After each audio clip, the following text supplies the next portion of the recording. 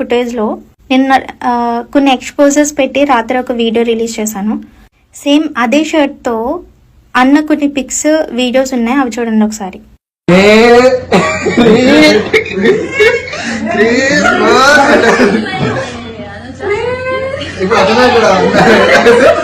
అదే ప్లాన్ తో వచ్చిండు.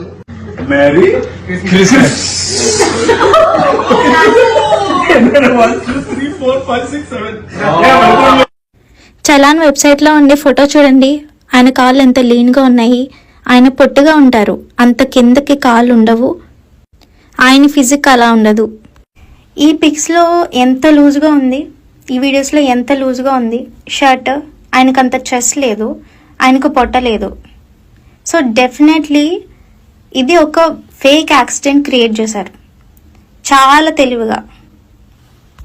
వాడెవడో ఖచ్చితంగా ఒక రౌడీ అయి ఉంటాడు. ఆ టీంలో ఒక మేబీ ఒక పర్సన్ అయి ఉండొచ్చు.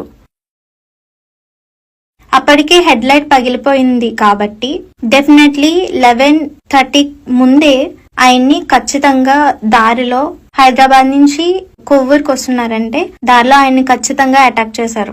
ఎందుకని మొత్తం సీసీటీవీ ఫుటేజ్లు అన్ని తీయట్లేదు, పొద్దునుంచి ఈవినింగ్ వరకు ఎందుకు తీయలేదు? అక్కడున్న పాస్టర్స్ కానీ ఎవరైతే పోరాడారో ఎందుకు దాని విషయమై పోరాడలేదు? ఇప్పుడు హార్డ్ డిస్క్లో మొత్తం అన్ని తీసి మొత్తం మాయించేసి ఉంటారు, ఎవిడెన్సెస్ అన్ని తీస్తుంటారు. ఇప్పుడు కుటుంబ సభ్యులు కేసు పెడితే ఇది అలా ఇన్వెస్టిగేషన్కి వెళ్తే ఇది ఎక్కడికో వెళ్ళి మొత్తం వెనుకున్న శక్తులు వాళ్ళందరూ బయటకు వస్తారని, కేసు కనుక ముందుకు వెళ్తే క్లోజ్ చేయకపోతే చంపేస్తానని బెదిరిస్తున్నారంట. అంటే మనం ఎంత చేతకాలని వాళ్ళ ఉన్నాము. ఈరోజు ఆయన, తర్వాత నేను, తర్వాత మీరు అవ్వచ్చు కదా.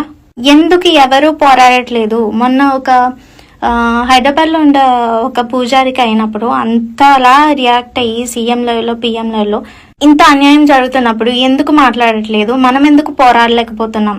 ఆ పెట్రోల్ బంక్ మొత్తం రాత్రంతా ఏం జరిగింది తెల్లవారే వరకు గనక ఫుటేజ్లు కనుక తీసుంటే వాళ్ళ బండారం అంతా బయటపడిపోయేది. కానీ పోలీసులు అవన్నీ దాచేశారు కదా. ఇప్పటికే హార్డ్ డిస్క్లు అన్ని అరెస్ట్ చేస్తుంటారు, అన్ని ఎవిడెన్స్ లా వాళ్ళ దగ్గర ఉన్న అన్ని ఖరాబ్ చేస్తుంటారు. అందుకే అంత ధైర్యంగా ఎస్పీ గారు వచ్చి మీడియాకి ఇంకేమైనా ఎవిడెన్స్లు ఉంటే మా దగ్గర తీసుకురని అంటున్నారు. ఎన్ని ఎవిడెన్స్లు ఉండగా నిజాలు మాట్లాడితే చంపేస్తారు. ఇలాగే చచ్చిపోతూ వెళ్ళిపోవాలా? ఎవరికి వాళ్ళు నాకెందుకులే, నాకేమైనా చేస్తారేమో, నాకేమైనా అవుతుందేమో, ఇదా మన దేవుడు మనకి నేర్పించింది. ఆనాడు అపోస్తలులు ఏథెన్స్ లో ఆ యూరప్ ప్రాంతాల్లో వాళ్ళు దేవతల గురించి నిజ నిజాలు మాట్లాడి మన అపోస్తల కార్యంలో చూస్తాము. తర్కించలేకపోతే వాళ్ళతో డిబేట్ లేకపోతే వాళ్ళు ఎలా కళ్ళు తెరుచుకుందరు? ఈ రోజు అక్కడ ఆ రోజు వాళ్ళ దేవుడి కోసం అపోస్తలుని చంపారు. ఎవరినైతే పూజించారో వాళ్ళందరూ ఇప్పుడు ఉన్నారా? అపోస్తుల్లే పోరాడకపోతే ప్రపంచ సువార్త ఎలా వచ్చేది? ప్రపంచమంతా సువార్త ఎలా తెలుసుకునేది? ఈ రోజు ఒక అపాలజిస్ట్ ని గౌరవించడం ఈ క్రిస్టియన్ కమ్యూనిటీకి పాస్టర్లకి రాదు.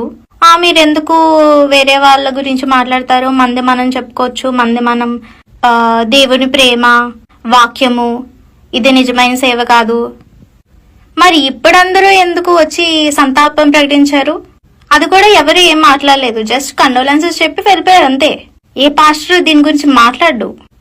ఇంకా పొలిటికల్ బ్యాక్గ్రౌండ్ ఉన్న వాళ్ళు అయితే ఇంకా వాళ్ళకి ఆ బ్యాక్గ్రౌండ్స్ కావాలనుకోండి, వేరే విషయం.